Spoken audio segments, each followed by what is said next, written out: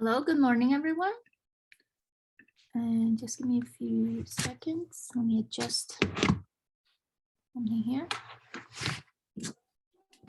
Okay, all right. Let's take a look at the question we need to wrap up left from a previous class. We have a little bit left on talking about forces and drawing free body diagram, and then we will move on to talk about energies. So this is we would say a simplified model of a roller coaster. It's obviously not exactly how roller coasters run in real life. This is more similar to if you have a little marble and I kind of just go around the circle if you're giving it a certain initial velocity, okay? We will have a evaluation on the marble going loop to loop. We'll look at the demo. We'll do energy analysis when we get to that part. We're not there yet. So here we're really just treating the roller coaster as if you have a little marble and it's just going up, okay? I wanted to make it explicit in real life. Your roller coaster are having its own motor, so it accelerate and decelerate when it's appropriate. It's not simply just relying on the geometry of the track. And obviously, the wheels of the cart and the track is very tightly combined, so you can apply brakes and you can hold on to the track, so there's no danger of falling off, obviously. But here is a simplified model. The beauty of this analysis is really showing us the role of gravity and normal force in this case.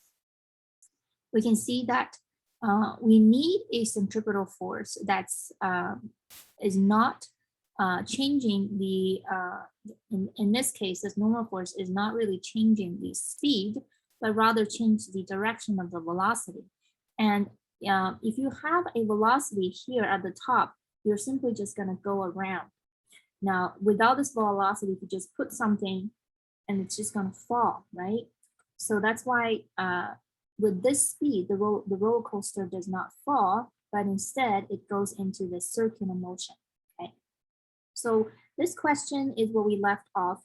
We want to be able to calculate the minimum speed required at the higher top so it doesn't fall off.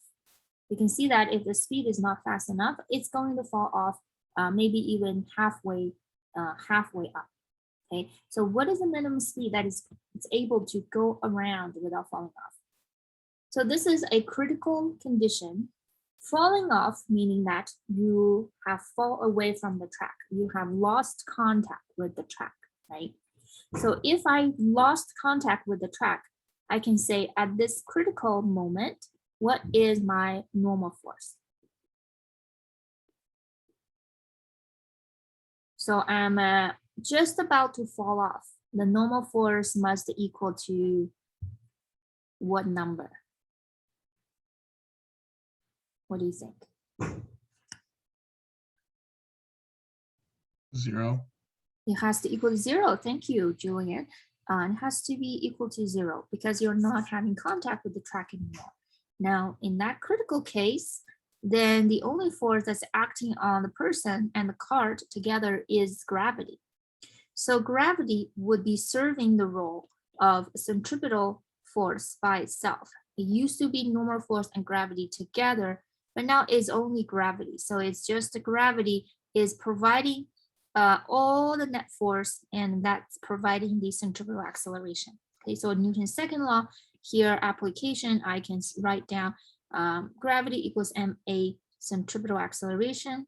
So gravity is mass times g. That is equal to m. And do you still remember the centripetal acceleration? How is that related to velocity?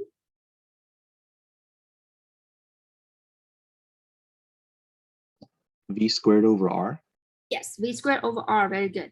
Velocity here, we're trying to find at the top, and r is the radius of the loop. So you can see I canceled my mass. It doesn't really matter how massive the object is. It all require a minimum speed at the top. So the minimum speed is going to be square root of g times r at the top. So obviously you don't want it to cut it too close to that minimum speed. You always want to be able to be much higher to make sure it does not fall off. Okay, so that is a example of how to calculate this critical speed. Later on, when we do energy conservation in the next chapter, we will see another type of problems where that tells you, okay, well, if you want to have this minimum speed here, how high up do you have to release it? And that's another type of question, but we have laid the foundation to figure out what's going on at the highest point here. So that's the one example we didn't get to do last time. Next, let's do another question that's related to sort of a roller coaster ride or a fair ride of that sort. Let me go ahead and share this particular video with you. So let's take a look at this video. Some of you may have had experience of writing it. Some of you may have not, but let's see.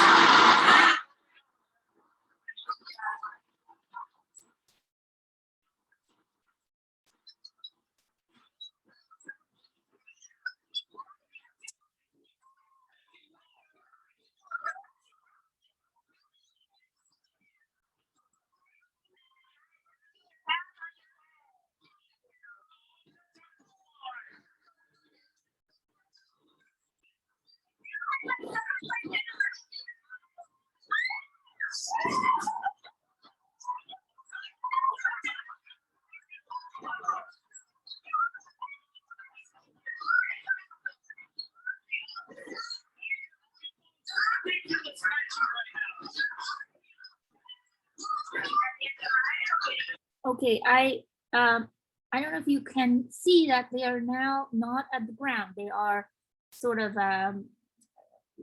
gone up a little bit. And this is called the barrel of fun that are right that you might see somewhere else. Okay, let me go back to my question.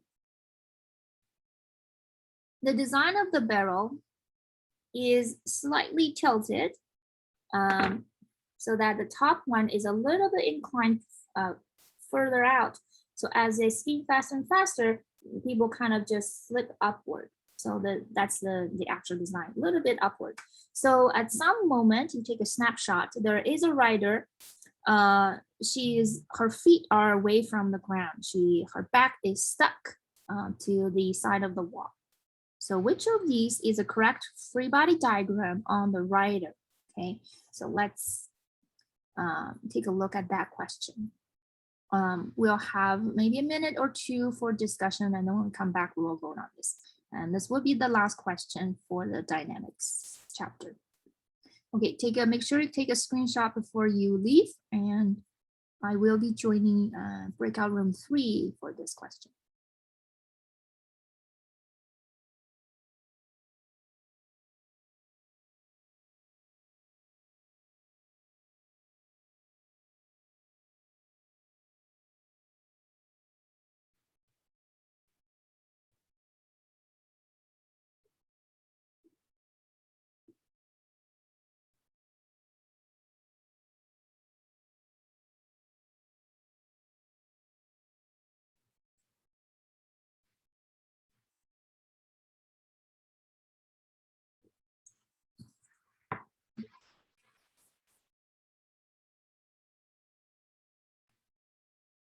Hello?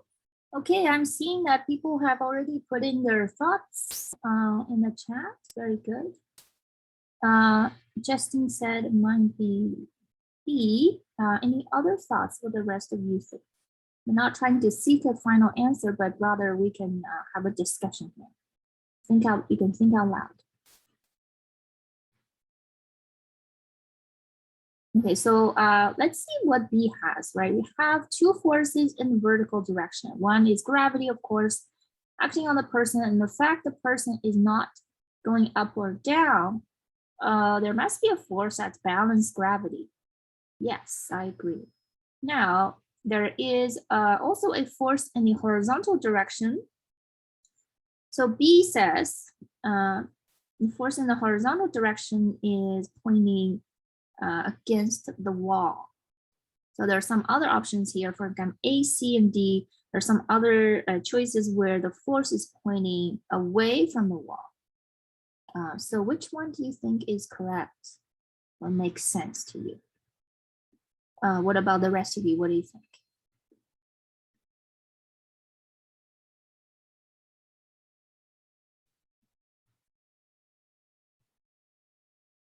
Okay, so Justin and Joshua, Luis and Arturo, you all think B makes more sense. Can you say a little bit more about that? Why you think B makes more sense than A? Does your audio work? Can you speak up?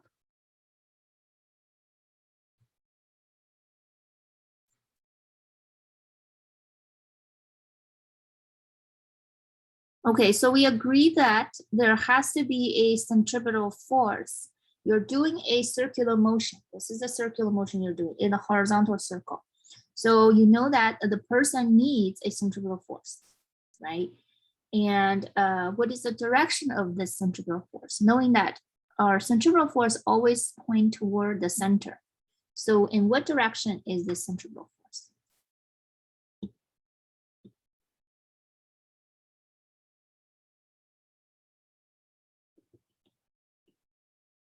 So this is the circle I'm going around, and centripetal force saying that it's always pointing toward the center.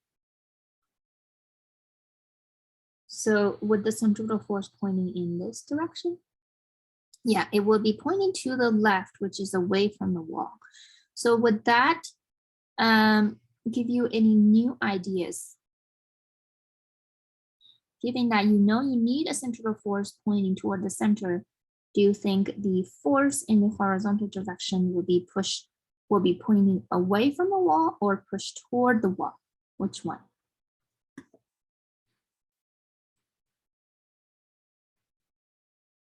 Will be away from the wall, yes. So we tend to choose B because we feel like we're being pushed against the wall. But yes, you have a force acting on the wall. Your body, you are exerting a force on the wall, no doubt about it. But that force is on the wall. We are drawing a force on you. So the force has to be pointing toward the center, like what A is showing. Very good. Thank you all for contributing. I will see you guys briefly when we go to the main session.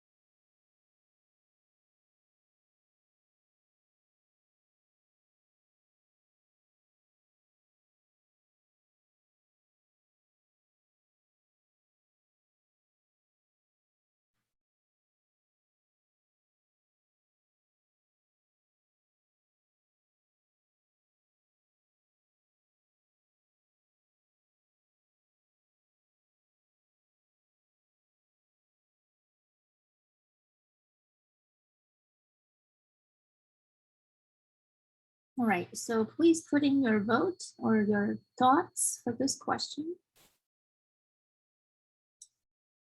We will go for another 10 seconds. So if you haven't voted already, please do so.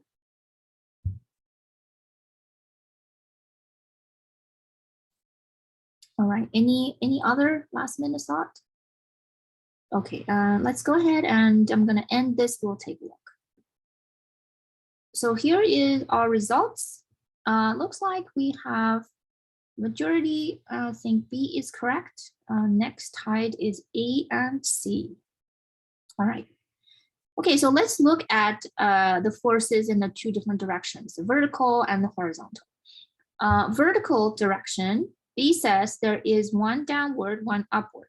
C says there's one downward. A says there's one downward, one upward. Well, we can label at least one of them. The downward force would be what force?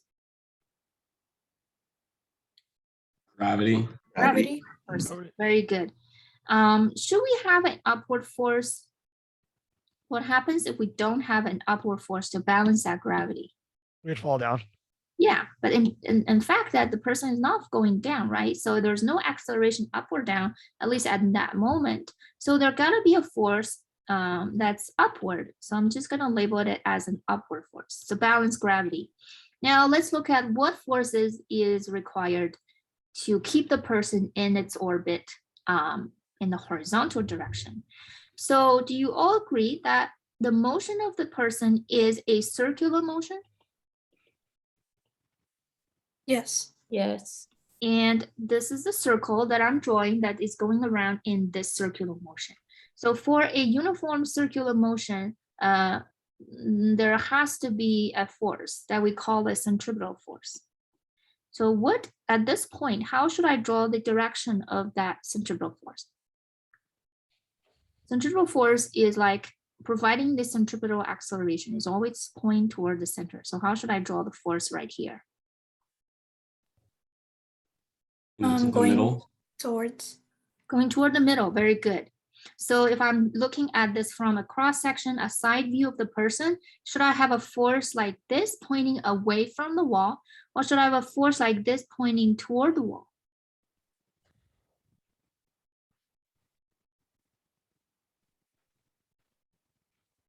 Away from the wall.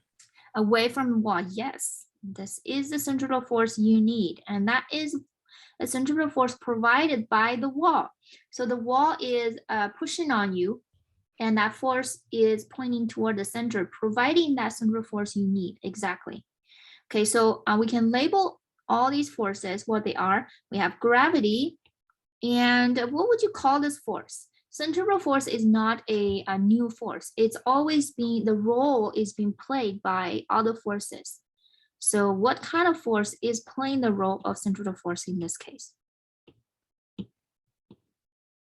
What do we call this force?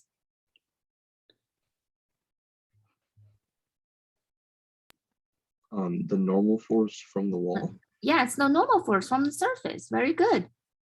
And this would be, the upward force would be what kind of force? The normal force from the ground. Yeah, this is, they are not really touching the ground. Their feet is away from the ground. So what we call that force?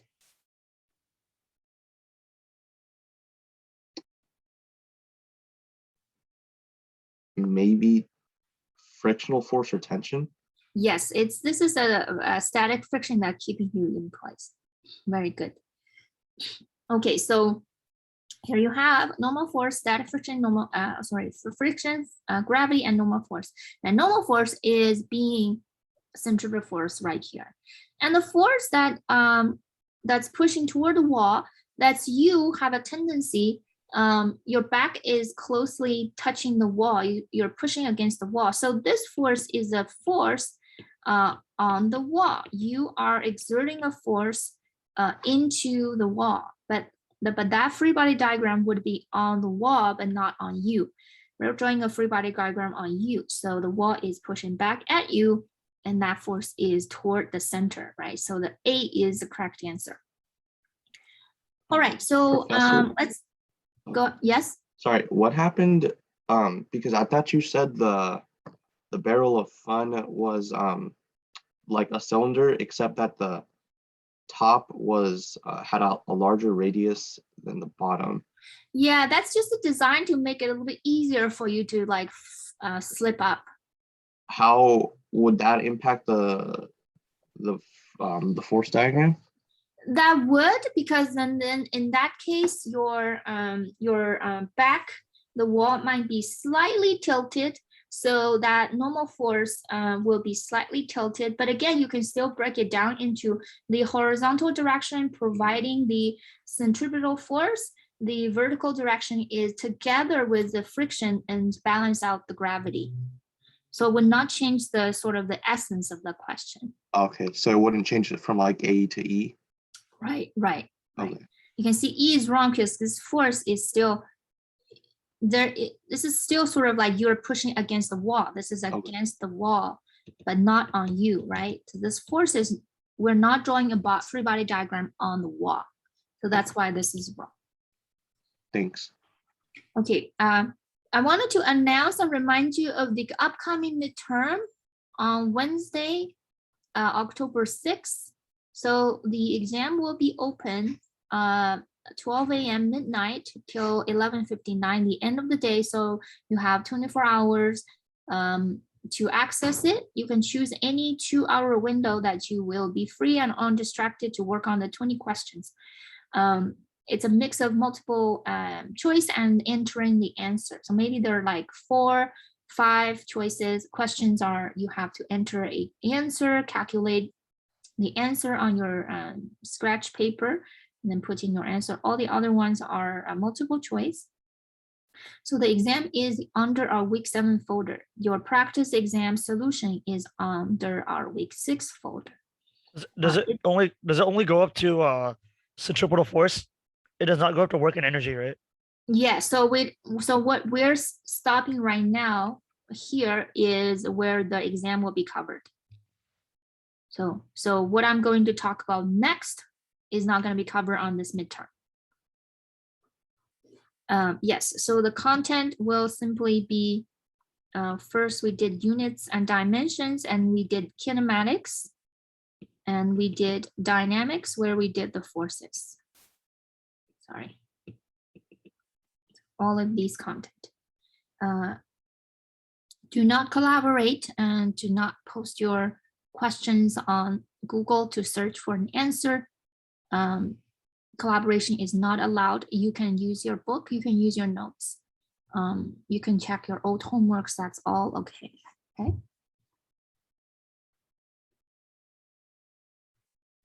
The Just to be questions clear, and the solution, yes, yeah, the solution is written on the questions.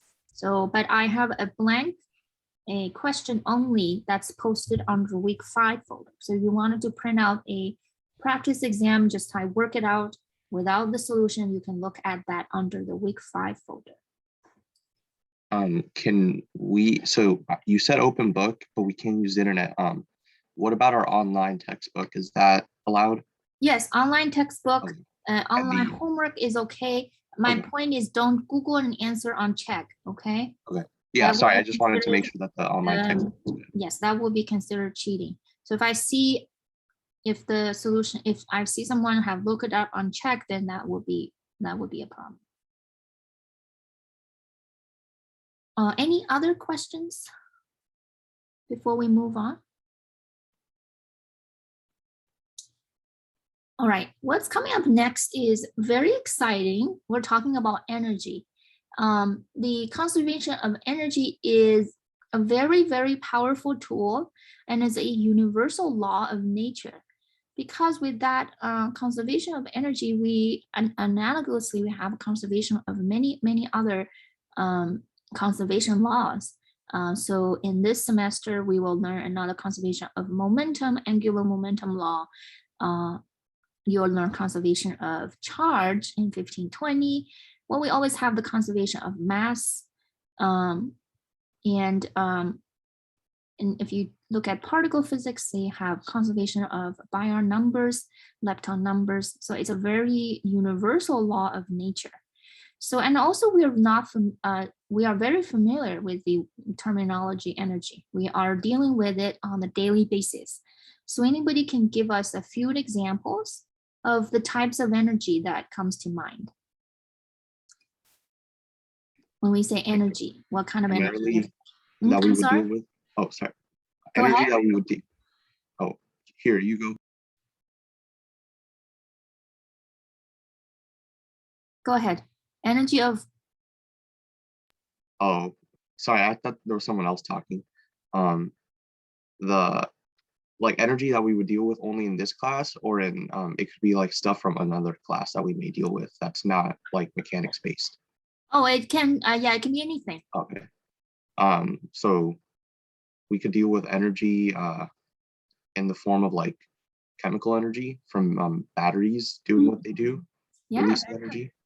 Yeah. And when you hook up a battery to a light bulb, what do you have? Like electrical energy, thermal energy. Yeah, very good. You have a light. It's a radiation of energy. You have the bulb heating up, get hot. That's thermal energy. Very good. All of that. Excellent and examples. So we deal with energy. All of us deal with them. For example, without the energy from the sun, we would have been here, right? Everything that's living on this planet relying on the energy from the sun. We use batteries, chemical energy, and that becomes electricity, and we use that in many devices. Also, chemical energy stored in our body. We eat food, and that provides energy for us to do our daily activities, right? So it's very, very relevant to us. I also wanted to introduce a little bit information about this person, Richard Feynman. He's a very famous physicist, one of the best known physicists in the world. I want to mention him because he also has been very close proximity to us. He had lived in Pasadena for many years. He has visited Cal Poly one time, given a seminar. This was before my time, of course. So he has an interesting quote about energy. I'm going to summarize it very quickly. If you can read it, and you can read it more in detail when I upload my lecture notes. He says that it's important to realize that we don't have any knowledge about what energy is. Now, you might wonder, okay, well, what do you mean? If you don't know what it is, why you're teaching us?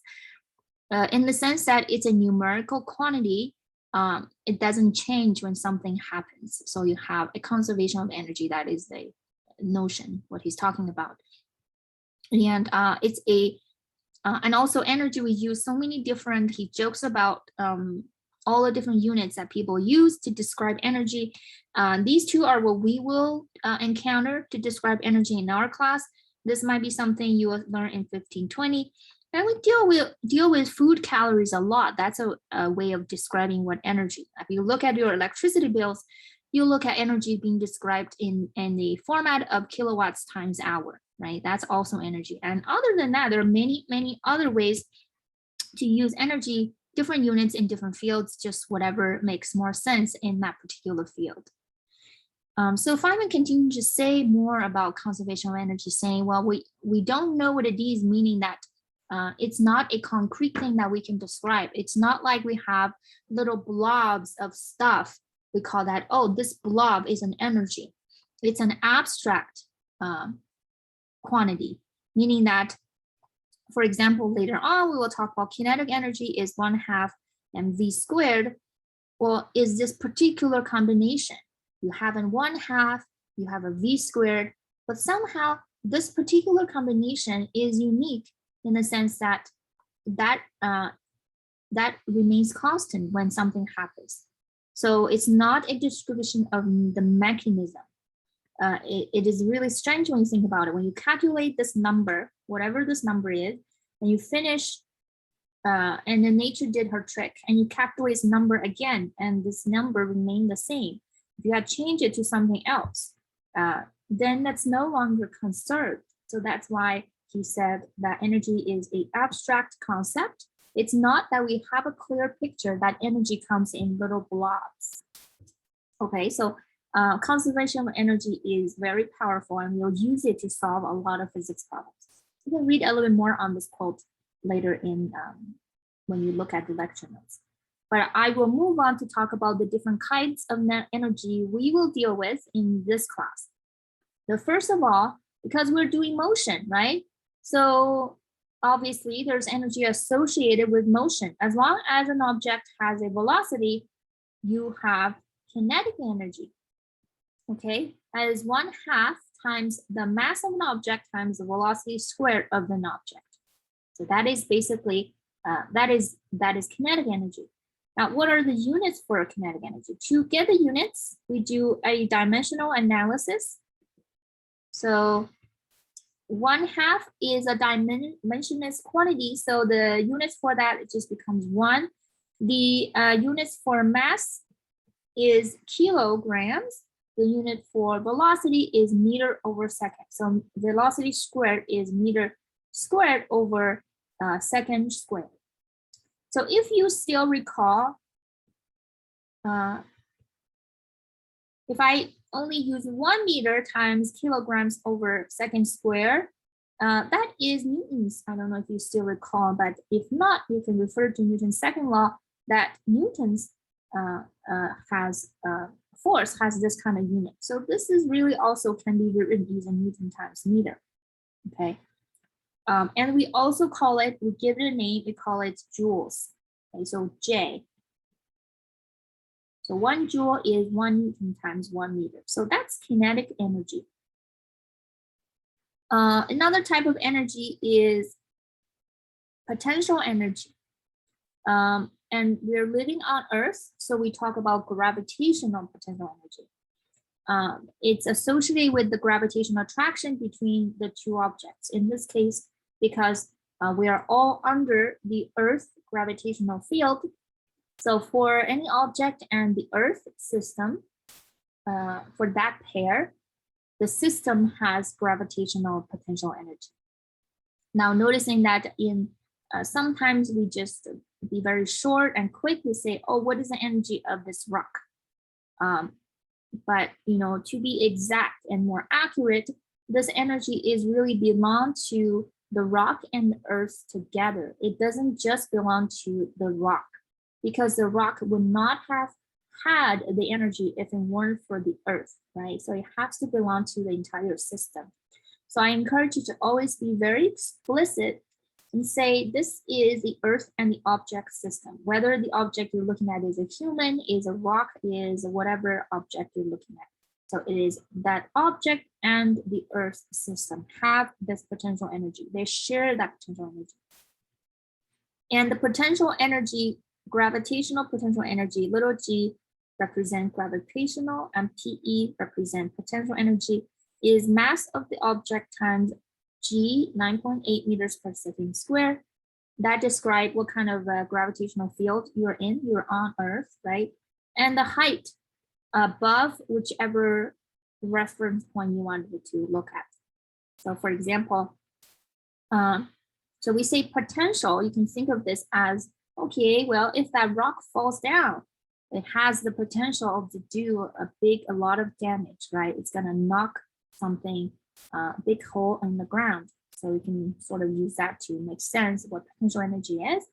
And you can see in terms how much potential energy it has. Okay, well, it depends on how high it is, right? From where? From the ground. If you're looking at how high it is from the ground, okay, then you probably will say, okay, what is this height? But if you're only looking at, well, if I just look at, if I can build a table here, right? I'm looking at how high it is from the table, that it's a different height. So to find the height, you always will tell people to what reference you wanted to measure this height. Usually we just treat it as ground level or sea level to be our height, but you can choose the height, whichever way you want. So the choice of the height is like the choice of X and Y, which is positive X, which is positive Y. It's totally up to you. Okay, mg times h, that's how you calculate potential energy. And if we were to look at the units, let's take a look at the units of this potential energy. We will do, again, dimensional analysis, m times g times the unit for each. M give us kilograms, g give us, this is an acceleration, so it's meter over second square. And again, height is another meter. So you can see that is the same unit as kinetic energy, right? Which is kilograms meter over second square times meter. And this is the same. So it's also 1 joule. Does it make sense that your potential energy have the same unit as your kinetic energy? Does that make sense? I think it makes sense because just from like previous experience, we're going to be adding them and doing stuff like with them. So you can't really add two things unless their units are the same. Oh, very good. It makes sense because they are the same type of physics quantity. You're adding lengths together. So you cannot use 5 meters to add 3 kilograms. That wouldn't make sense. So they're all energies. They're all same kind of quantity, which makes sense that they have the same unit. So when we group kinetic energy and potential energy together, we call that's all mechanical energy. That is associated with the motion. Okay. So is a joule Newton time meter? Joule is also Newton times meter. Yes. Okay, I see kinetic energy. Where was the meters for kinetic energy? Where does a meter come from? For kinetic energy, because that's the same. Oh, it comes from the velocity. Velocity in meter over second squared. So if I move 1 meter over here, this 1 meter combined with kilograms over second squared becomes newtons, right? Oh, it's because velocity is meters squared over second squared because it's squared right there, right? Yes, yes. Oh, okay, that makes sense. Thank you. Very good. Thank you for clarifying that. All right, third type of energy, and that's all. That's all we're going to do in this class is another type of potential energy. It's called elastic or spring. It has to do with the spring. So usually we just say little subscript S to represent it. But if you wanted to say elastic, that's totally fine, as long as we know what you mean. So this is associated with the object and the spring, the cord. And again, it belongs to the entire system. So you're launching an object, realize without this spring, you would not have that potential energy. So this is definitely the object and the spring system. They have that energy together. And certainly it depends on how strong your spring is. So you have a K, the spring constant in there. Also, it depends on how much you stretch the spring. The more you stretch it, the more energy you have stored in the spring, right? So you have more of a potential to launch something with a bigger speed once it's flying off. So delta X certainly also make a difference. To group everything together, the potential energy stored in the spring is 1/2 K times delta X squared. Now, if I ask you what are the units, you'd probably say, well, of course, it's going to be the same as before, which is Newton meter. So let's simply confirm that. The units for K is spring constant. If you still remember Hooke's law, F of the spring is K times delta X.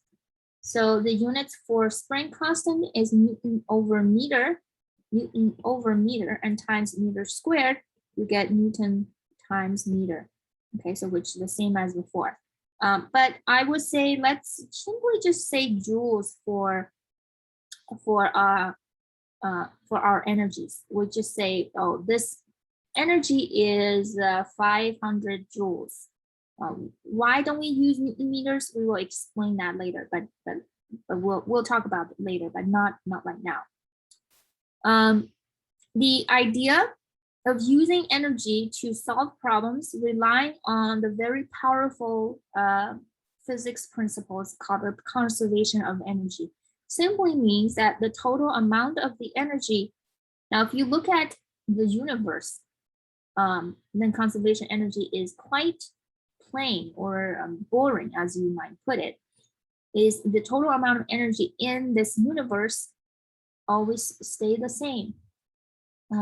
Now, if you look at the entire universe, then the universe is your system. Then whatever energy you had in the system will remain the same. That's what conservation of energy means. However, if you're looking at conservation of energy with so if this is your universe, but we don't always just look at the universe. We look at this particular little system. Let's say it's your car, energy of your car. Car is your system. Then we will say the conservation of energy simply means that the energy can either be created nor be destroyed, but it can transfer. So you have system one or system two. It can transfer from one system to another. And within the system itself, it can transform from one form to another. which means that if you see there's energy change in the system, meaning that that energy just doesn't disappear, it must have gone somewhere. Or you see energy increase in your system, you would say, well, that doesn't just that doesn't get created out of no air, thin air. It actually come from somewhere, or something has transformed. We will look at an analogy in a few minutes here to help us understand what conservation of energy is. So in terms of the mathematical formalism of conservation of energy, is you're looking at a system, and a system always interact with the environment, whichever system is of your choice, of course. There's constantly exchange with the environment, in the sense the system might have energy output to the outside environment, or the environment would put in some energy into your system. So that if you look at your system before and you look at your system finally, there might be a change. And how much it has changed, you can find that to be accounted for by looking at how much you put in and how much you take out, right? If you really think about this, this is not a very, you might even call it boring, because you might wonder, well, of course, if there's a change, of course, there must be a transfer somewhere. And that's exactly what conservation of energy is about. It's simply saying this change of the energy in your system is accounted by the energy transfers. Transfer could be an input and could be output. So I want to further give you an example. Maybe you don't even need it, but let's further understand, okay, what I mean by conservation of energy, because we deal with money in our daily lives. Now, this is not physics. This is just me putting a similar format to how money works. Let's pretend that we don't just print out money in real life. Individuals, us, we don't print money. So for us, we have a conservation of money, meaning that, well, if you look at the bank accounts, that's your system. This is your system. And let's say you look at the end of the month and you look at the beginning of the month, there you might notice a change. You might have more money at the end of the month, or you might have less. So how much more or how much less is the change? And that is accounted by how much you have deposited into your account and how much you have taken out by paying bills or whatever. So that's very easy to understand. So if we can do conservation of money, I believe all we can, which means you have already halfway there for doing conservation of energy. So let's pretend we're dealing with a conservation of money. Of course, again, this is not physics. This is just sort of an analogy to help us do physics later. Your bank account had $5,000 on March 1st on this date. During the month of March, you deposit $500 of a check, paid $400 credit card. At the end of the month, you evaluate how much you have, and that is your balance at the end of the month. So let's label each of them one by one. So what is your system? Your bank account. Yes, your bank account. It looks like that's what you're paying attention to. The start state. $5,000. Okay, yes. So that's your money initial. So start state is at what time you're deciding to evaluate it. So in physics, we always have a procedure. So it has a beginning point and an ending point. So then March 1st. Yes, very good. And the state after? So end state or state after? March 30. End the month, very good. How much money you have initially at the beginning state? $5,000. Okay, and what's the final? $5,100. 51,000. Okay, what is the input? Your $500 check. Yes, input into your system. Again, this is into your system. And what is the output?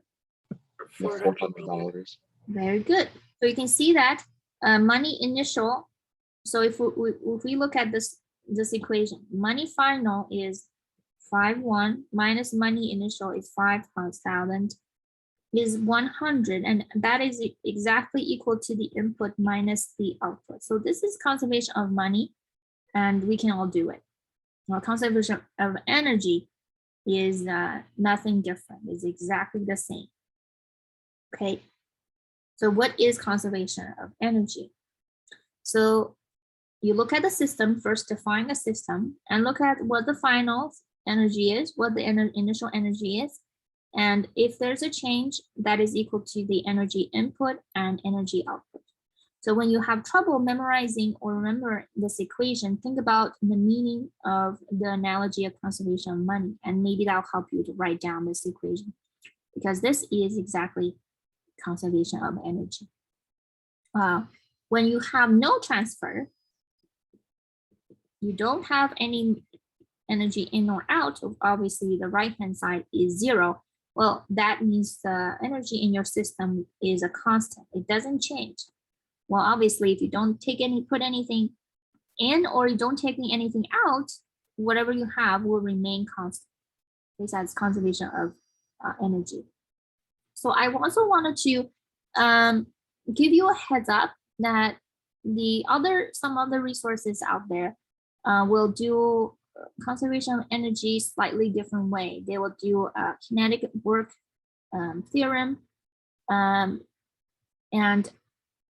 then they also talk about, oh, this is mechanical energy is constant when you don't have any, you only have conservative forces doing work on it.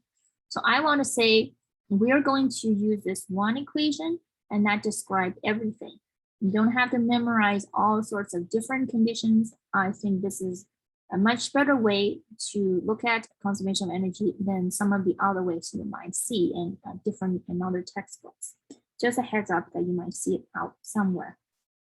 Okay. All right, so we may not have time, but let's still try to see how far we can get. Here is a question. We can apply conservation of energy. We have a block, and that has a initial velocity of v. It's traveling up a slope to a height h before it slides back. There's an identical block that is traveling up a different slope that's 20 degrees. And what is the height this slope will reach? Okay, so that is the question.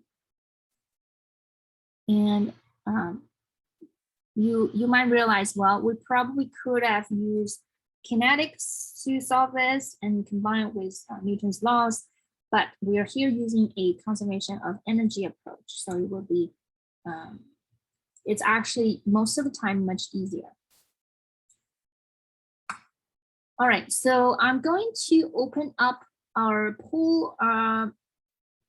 We won't have time to discuss, but I'll open up our poll while you're looking at this question. If you have a guess, have a good intuition, feel free to put in that in the poll, okay?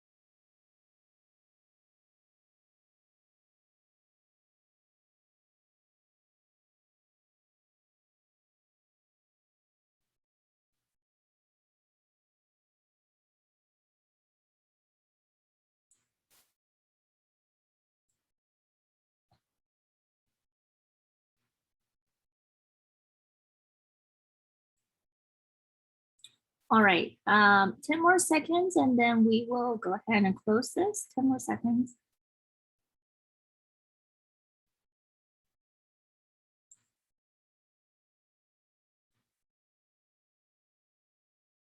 All right, any last minute vote? All right, I'm gonna go ahead and end this. Let's take a quick look at our results. It looks like H/2 gained the majority of the vote, and A and B are equally split, whether you go a higher height or lower height. Let's just simply talk about this, and I'll give this for the rest of you to think before our Friday's class. Is okay, there is no friction. So if there is an exchange of your system with the outside world, usually would say, well, the friction usually will slow it down. Looks like that's going to take energy away from your system, but there's no friction, right? So what is the energy involved?